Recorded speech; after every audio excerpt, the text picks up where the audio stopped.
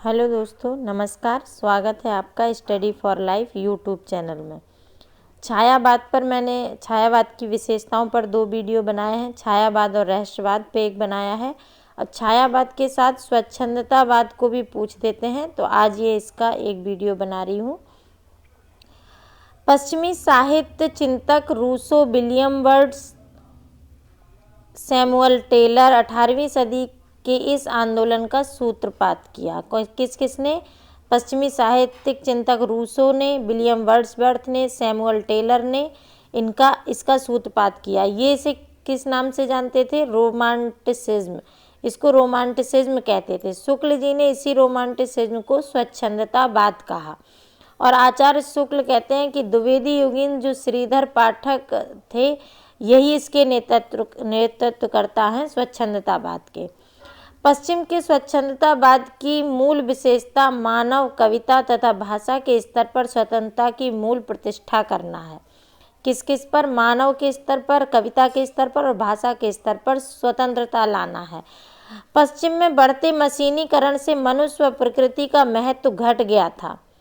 स्वच्छंदतावादी चिंतकों ने राष्ट्र शास्त्रवाद और अभिजातवाद का विरोध किया। यही छायावाद के लोग भी यही कर रहे हैं। स्वच्छंदतावादियों ने कविता की व्याख्या तीव्र भावनाओं के सहज उच्छलन के रूप में की।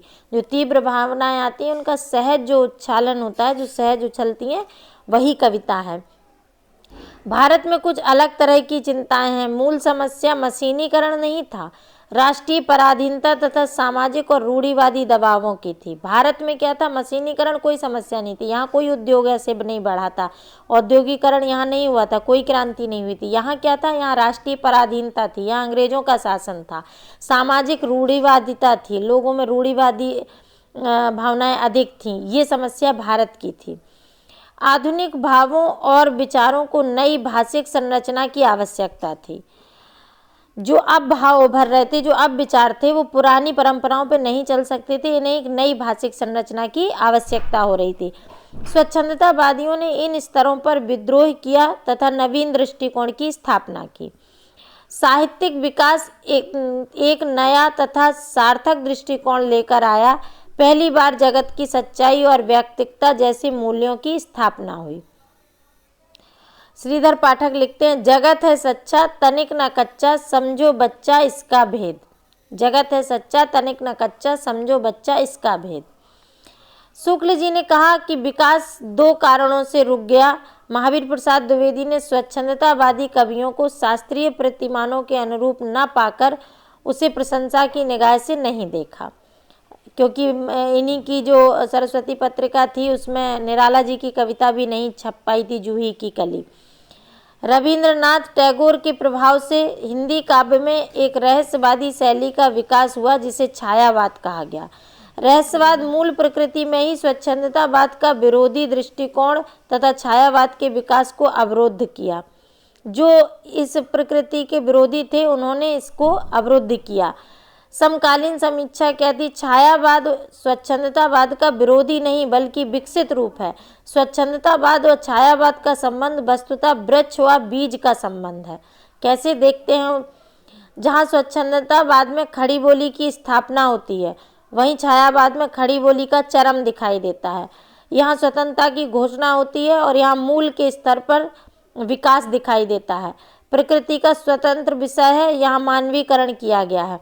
राष्ट्र प्रेम की भूमिका है, राष्ट्रीय सांस्कृतिक प्रेम का विस्तार किया गया है छायावाद में। तो स्वच्छंदतावाद और छायावाद विरोधी नहीं है। छायावादी रहस्यवाद भी स्वच्छंदतावादी का ही अगला चरण है। स्वच्छंदतावादी कवियों ने स्वतंत्रता की मांग की, किंतु बाद में जब महसूस किया कि सामाजिक दबाव बेहद कठोर व अनमनीय है, तो स्वच्छंदतावाद ही रहस्यवाद में परिणत हो गया। जो नहीं मन पा रहा था, जो अनमनीय था, जो कठोर हो रहा था सामाजिक दबाव, वो रहस्यवाद में परिणत हो गया बाद में। तो ये स्वच्छंदतावाद है। अलग से छायावाद के साथ स्वच्छंदतावाद पर क्वेश्चन नहीं आता, उसके साथ ही मिलाकर पूछा जाता है। तो आप ये कुछ पॉइंट याद करके उसमें जोड़ सकते हैं और आशा है आपको समझ में आ गया होगा। औरों को भी शेयर करें। धन्यवाद।